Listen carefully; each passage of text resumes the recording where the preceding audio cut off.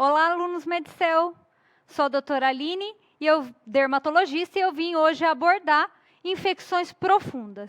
O que nós vamos falar sobre essa parte? Nós vamos falar principalmente das coisas que mais caem, gente. Erisipela, celulite e as diferenças que tem entre elas, juntamente com os eczemas. Então, a erisipela, qual é a coisa mais importante? Gente, eu vou passar a aula inteira falando isso. Lembre-se, erisipela é bem demarcado, porque é uma afecção dentro das profundas um pouco mais superficial. Então, lembrem-se disso na hora de responder a prova, ok? Então, nós temos uma lesão bem delimitada, mas que sim, tem sintomas sistêmicos, mas menores, tá? Principalmente acometendo os idosos e os portadores de diabetes mellitus, a gente precisa de uma entrada dessa bactéria, que normalmente é o estreptococo. A gente tem que ter uma entrada.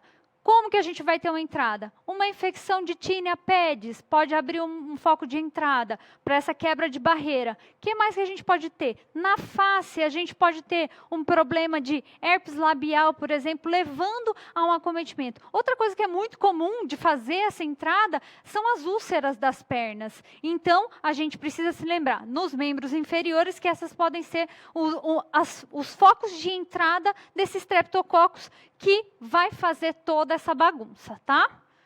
Então, complicações que a gente pode ter, a próxima que a gente vai falar, a celulite, que é mais profunda, os abscessos e a temida faceite necrotizante. Então, essa bactéria pode ir se aprofundando se a gente não fizer um tratamento correto. As complicações sistêmicas, no caso, tem que lembrar que o Streptococcus é passível de fazer esse tipo de complicação. A gente tem endocardite e glomerulonefrite como quadros que podem acontecer por conta do estrepto. E tratamento, lembra? Penicilina, gente, não é para inventar moda. Olha que coisa mais tranquila. Estrepto é igual penicilina, correto? Você pode escolher via oral, se for uma lesão que está pequena, que o paciente não está com muitos sintomas sistêmicos, ou você optar por um tratamento intramuscular ou endovenoso. Agora, quando a gente fala de celulite, a história muda um pouquinho. São lesões mais profundas e mal delimitadas. Então, a gente tem um acometimento da fáscia, dos músculos, dos tendões. E a gente brinca, mas parece que a celulite caminha. Ela pode fazer uma evolução para um quadro de artrite séptica. Então, sempre se lembre, se você está vendo um quadro que está evoluindo muito rápido, lembra da celulite. As feridas operatórias são o sítio mais comum. E a gente tem alguns agentes, diferente da erisipela, que é muito mais comum, o estrepto, a gente vai ter alguns agentes que podem ser os promotores dessa celulite. Então, a gente tem, nas cirurgias, os estreptococcus.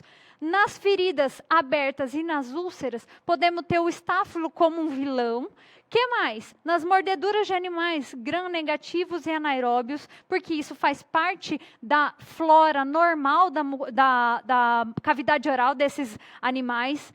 No caso das crianças, a gente precisa prestar muita atenção. Celulite na face de criança, tem que lembrar do hemófilos como um possível agente. E nos diabéticos, a gente tem o risopus, que leva a um quadro de zicomicose como um fator possível de levar essa doença na face. Nos membros inferiores, a gente vai ter dor, necrose, ulceração. E na região submandibular, a gente pode ter um quadro de dor bastante proeminente, que chama-se angina de Ludwig. Então, não se esqueçam, se estiver falando alguma coisa de dor por conta de um acometimento submandibular, uma dor inclusive em toda essa região torácica superior, pode ser um quadro desencadeado por uma celulite dessa região. E os tratamentos? Sempre, gente, sempre se lembrar, o antibiótico tem que ser endovenoso nos casos de celulite. O debridamento cirúrgico vai ser necessário nos pacientes que evoluírem com necrose. Agora, a gente vai pôr aqui para vocês não errarem na prova da residência. Vamos lá. O que a gente tem de diferente na erisipela, na celulite e no eczema? Por que a gente colocou o eczema aqui? Nossa, doutora, não tem nada a ver com infecção. É que acomete os membros inferiores, gente. Então, a gente tem que sempre lembrar que, às vezes, o que você está olhando, que é bilateral, um quadro que exuda, isso é eczema, não é erisipela. Erisipela raramente acomete os dois membros, celulite, então, muito mais difícil. Então, vamos lá para a gente aprender direitinho.